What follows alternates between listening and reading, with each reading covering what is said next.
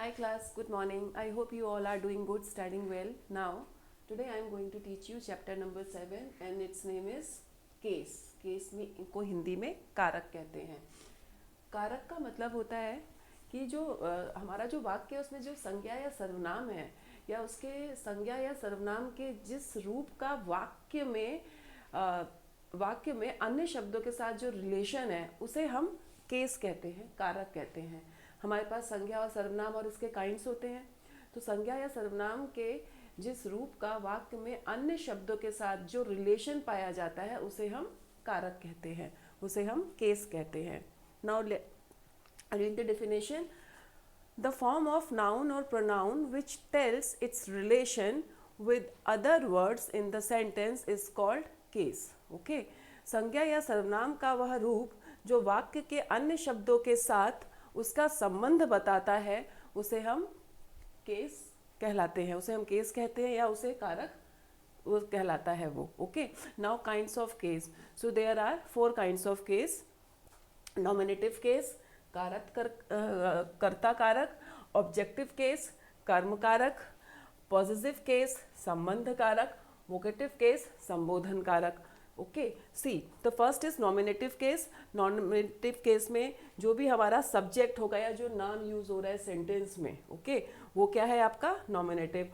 Objective case में ये जो है आपका ऑब्जेक्टिव पार्ट ऑफ सेंटेंस है, उसके लिए उसको हम ऑब्जेक्टिव केस कहते हैं.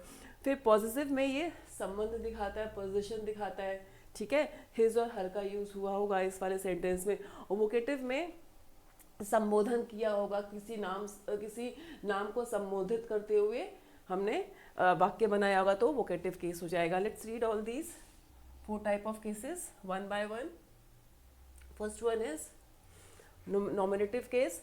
जब किसी सेंटेंस में नाउन या प्रोनाउन किसी कार्य को कर रहा होता है, यानी सेंटेंस का सब्जेक्ट, ओके, जो सेंटेंस में जो सब्जेक्ट है उसको हम नॉमिनेटिव केस कहते हैं. सेंटेंस में जो सब्जेक्ट है जो कार्य को कर रहा है उसे हम नॉमिनेटिव केस कहते हैं. जैसे first one is Vanshika reads a book. Vanshika किताब पढ़ती है.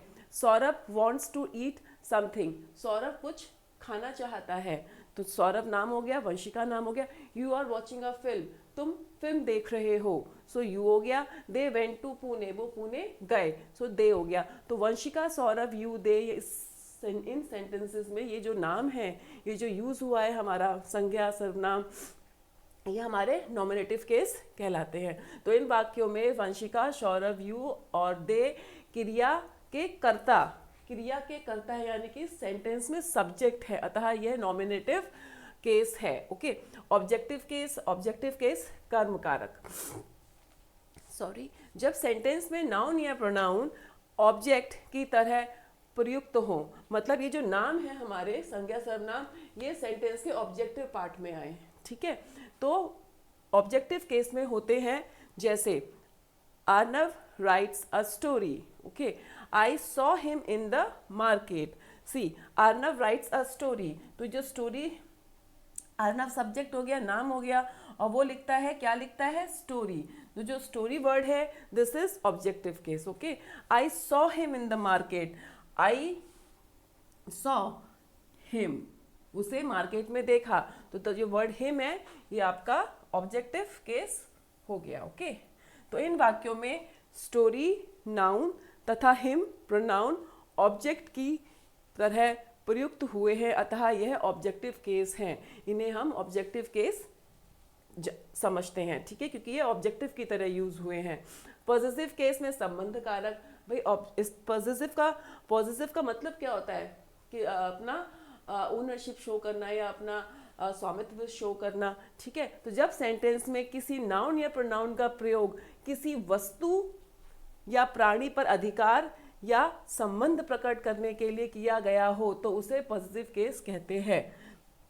जब सेंटेंस में किसी नाउन या प्रोनाउन का प्रयोग किसी वस्तु या प्राणी पर अधिकार या संबंध प्रकट करने के लिए किया गया हो, आपने क्या किया, नाउन या प्रोनाउन ने का प्रयोग हमने किया है जब हम किसी वस्तु पे अपना अधिकार शो कर रहे हैं, अपना स्वामित्व शो कर रहे हैं, उस केस में हम उसे पॉजिटिव केस कहते हैं. जैसे दैट इज पारुल्स बैग, ये पारुल का बैग है। दिस इज माई मोबाइल, ये मेरा मोबाइल है। तो दिस इज पारुल्स बैग, तो ये पारुल्स, और दिस इज माई मोबाइल, और ये माई। ये क्या हो गया, हमारे पॉजिटिव केस के उदाहरण हो गए। इन वाक्यों में पारुल तथा माई शब्द से स्पष्ट हो रहा है कि पारुल का बैग पर, माई का मोबाइल, पारुल का बैग पर और माई का मोबाइल पर अधिकार है, अतः पारुल और माई पॉजिटिव केस हैं। ओके। नाउ किसी नाउन का किसी सब्जेक्ट पर अधिकार दर्शाने के लिए हम एपोस्ट्रोफी का प्रयोग करते हैं। जैसे my uncle's pen is in his pocket, मेरे अंकल का पेन है इनकी पॉकेट के अंदर। Mary's books are not on the, Mary's books are on the table, Mary's की जो किताबें हैं वो टेबल पे हैं। तो ये जो एपोस्ट्रोफी एस लगाते हैं, this is apostrophe, this is S, इसे हम, ये जो है शो करता है कि भाई कोई चीज़ किसी से बिलोंग करती है। तो जैसे मैरी की बुक्स बिलोंग करती हैं मैरी से, तो Mary's books. Okay. Uncle's pen, pen किसका है, अंकल का है, अंकल से बिलोंग करता है, सो अंकल्स पेन। तो हम इस तरह से उसको शो करते हैं कि भाई ये इनके स्वामी है, मतलब ये ओनर है, इनके पेन का ओनर अंकल है, बुक का ओनर मैरी है। इन वाक्यों में अंकल्स पेन का मतलब है कि पेन अंकल का है, और मैरीज बुक का मतलब है कि बुक मैरी की है। एपोस्ट्रोफी प्लस एस का प्रयोग सिंगुलर नाउन या ऐसे प्लूरल नाउन के साथ किया जाता है। एस से समाप्त नहीं होता है, ठीक है, एस से समाप्त नहीं होता है। यदि प्लूरल नाउन के अंत में एस हो तो वहाँ सिर्फ एपोस्ट्रोफी का प्रयोग किया जाता है। ओके। जब हमारे पास सिंगुलर हो, जैसे अंकल्स पेन या फिर मैरीज बुक्स, अगर ये अंकल बहुत सारे हैं या मैरी मतलब एक से ज़्यादा कोई बंदा है, तो हम क्या करेंगे, एस लगा के फिर लास्ट में कॉमा लगाएंगे, उसको हम ऐसे नहीं लिखेंगे। This is not the way when we have a plural noun और हमारे पास अगर प्लूरल नाउन या प्रोनाउन है तो हम उसको ऐसे शो नहीं करेंगे, हम एस लगा के लास्ट में एपोस्ट्रोफी दी वाला कॉमा लगाएंगे। ओके। तो जैसे कैट्स टेल सिंगुलर नाउन है, द चिल्ड्रंस बुक, तो चिल्ड्रंस बुक, ठीक है, तो प्लूरल के अंत में एस नहीं है, यहाँ पे एस नहीं है। बर्ड्स नेस्ट, ओके, तो सी दिस इज एस और ये लास्ट में कॉमा से। एस से समाप्त होने वाले प्लूरल नाउन ये ऐसे समाप्त होगा। ओके। ये कॉमा आगे नहीं है, ये कॉमा पीछे है। ओके। तो ये हो गया आपका बर्ड्स प्लूरल, और फिर ये एपोस्ट्रोफी। तो चिड़ियों का घोंसला। Okay. Children's books, children's books, बच्चों की किताबें। ओके। और ये तो हम इसके आगे एस लगा के चिल्ड्रन शो नहीं करते ना, चाइल्ड और चिल्ड्रन होता है, तो children is a plural form, तो this is a plural form, this is apostrophe, this is S. परंतु ध्यान रखें, किसी वस्तु पर किसी सिंगुलर नाउन का अधिकार दिखाने के लिए एपोस्ट्रोफी का प्रयोग तभी किया जाता है जब वह नाउन प्राणीवाचक संज्ञा हो। अप्राणीवाचक के साथ प्राय एपोस्ट्रोफी का प्रयोग नहीं किया जाता है। जैसे ये कह रहे, परंतु ध्यान रखें, किसी वस्तु पर किसी सिंगुलर नाउन का अधिकार दिखाने के लिए एपोस्ट्रोफी का प्रयोग तभी किया जाता है जब नाउन प्राणीवाचक संज्ञा हो। ये कौन होना चाहिए, नाउन प्राणीवाचक, लाइव होना चाहिए, ठीक है। अप्राणीवाचक या नॉन लिविंग नाउन के साथ हम एपोस्ट्रोफी का प्रयोग नहीं करते। अगर कोई हमारे पास वस्तु है, नॉन लिविंग थिंग है, तो उसके साथ हम एपोस्ट्रोफी का प्रयोग नहीं करते हैं। Okay. So the chairs leg, हम ऐसे नहीं लिख सकते द चेयर्स लेग, क्योंकि ये चेयर कौन है, नॉन लिविंग है। The legs of the chair ऐसे लिखेंगे। द कोट्स पॉकेट नहीं लिख सकते, the pocket of the coat लिखेंगे। Okay. Now vocative case, fourth one is vocative case, संबोधन कारक। जब सेंटेंस में किसी नाउन को संबोधित किया जाता है तो वह वोकेटिव केस होते हैं। जैसे लुक एट मी रोहन, मेरी तरफ देखो रोहन। लेट गो अनुष्का, चलो चले अनुष्का। सो ये क्या है, this is a vocative case, क्योंकि आपका सेंटेंस के बाद में नाम आ रहा है और हमें ये समझ में आ रहा है कि लुक एट मी रोहन, ठीक है, तो this is vocative case. Okay. Now in वाक्यों में रोहन और अनुष्का वोकेटिव केस है। पर्सनल प्रोनाउन के नॉमिनेटिव, पॉजिटिव और तथा ऑब्जेक्टिव केस को निम्नलिखित तालिका द्वारा स्पष्ट रूप से समझा जा सकता है।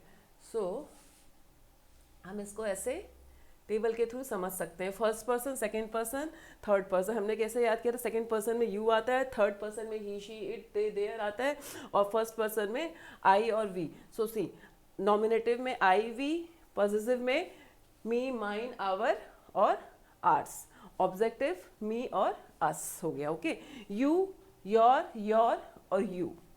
ही, शी, इट, दे, तो his, her, its, their, him, her, it, them.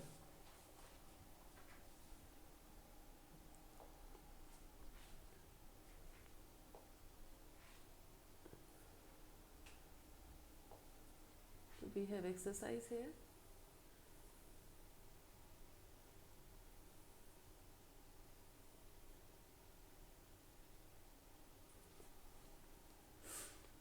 Identify and write nominative case. आपको identify करना है. Okay, so here is Kuldeep. Nominate. Kuldeep wrote a letter. So this is nominative. Okay. Nishant is a good student. So this is a nominative. Okay. Rishabh has a pen. This is also a nominative. The teacher looks angry. So the teacher is a nominative. Hard work brings success. Hard work. Kirti is a good girl. Paras is reading a book. Okay. Chitra cooks food. Aditya has a holy book. The girl saw an animal. So the girl saw an animal. Identify and write nominative case. आपको identify करना है और write करना है nominative case. So these are the names. और ये हमारे कौन है? Nominative case हैं. Okay.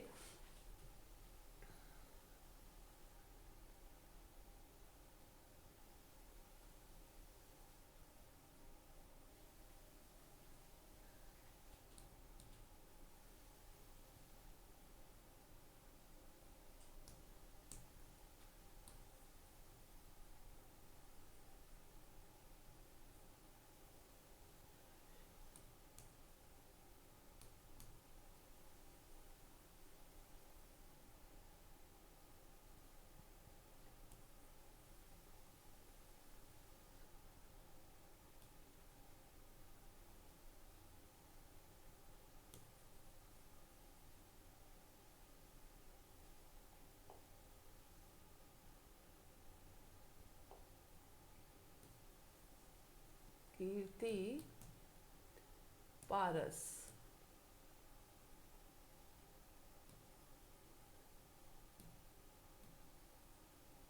Chitra, Aditya, or the girl. Okay. Now identify the case and write their kind. The girl saw a lion. This is nominative. Okay. Listen to me, Aditya. ये last में नाम आ रहा है तो ये vocative हो गया. Come with me, Chetra. This is also vocative. Chitra. It is principal's room. It is principal's room. ये आपका हो गया क्या? Apostrophe S वाला कौन सा था हमारे पास? Possessive से पहले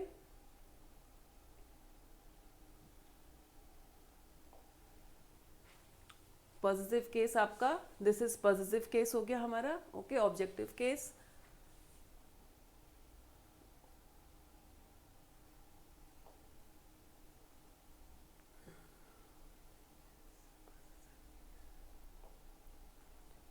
तो this is positive case.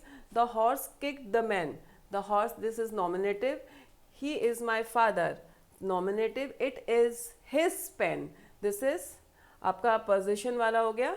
Okay. His और हर वाला. सी पॉजिटिव वाला हो गया. This vocative case. ओके. तो पर्सनल प्रोनाउन के नॉमिनेटिव, पॉजिटिव और तथा ऑब्जेक्टिव केस को निम्नलिखित तालिकाओं द्वारा स्पष्ट रूप से समझा जा सकता है. तो हमने इसके जरिए समझा था नॉमिनेटिव और पॉजिटिव और ऑब्जेक्टिव केस की तालिका को. ठीक है. तो this is a vocative case, person case. Okay. And it is his pen. Aryan will go to Agra. तो आर्यन आपका नाम यूज हुआ है, nominative. Please help me mom. Mom हो गया लास्ट में vocative. Okay. And he kicked me. He kicked me, this is me. तो last में यूज हो रहा है this is also vocative, this comes under also vocative.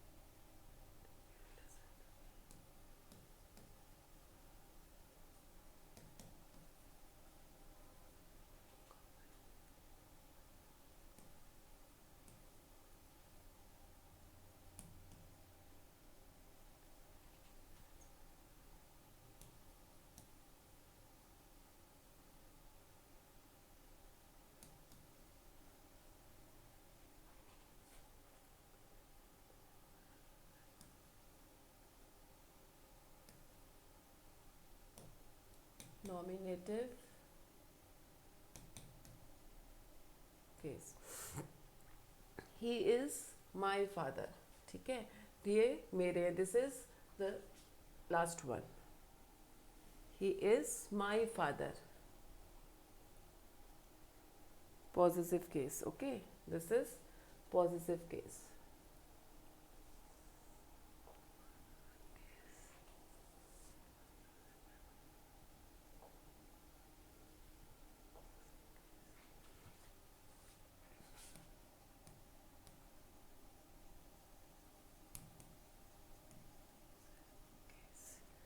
It is his pen.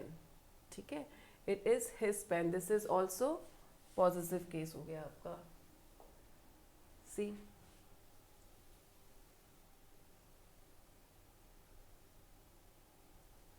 his, her, its, their, possessive case.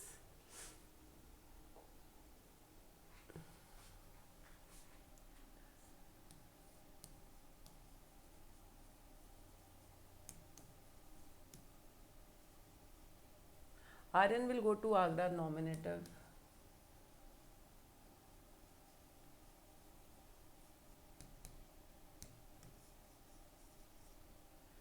Please help me, mom, vocative.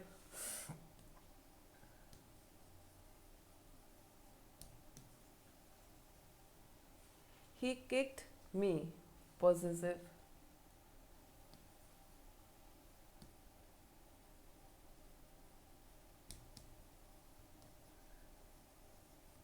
Possessive case. Okay, so class, you have to remember these nominative, positive and objective use for first person, second person और third person. आपको ये याद रखना है. So this is all about the chapter. I hope you all are understood. Bye bye, see you.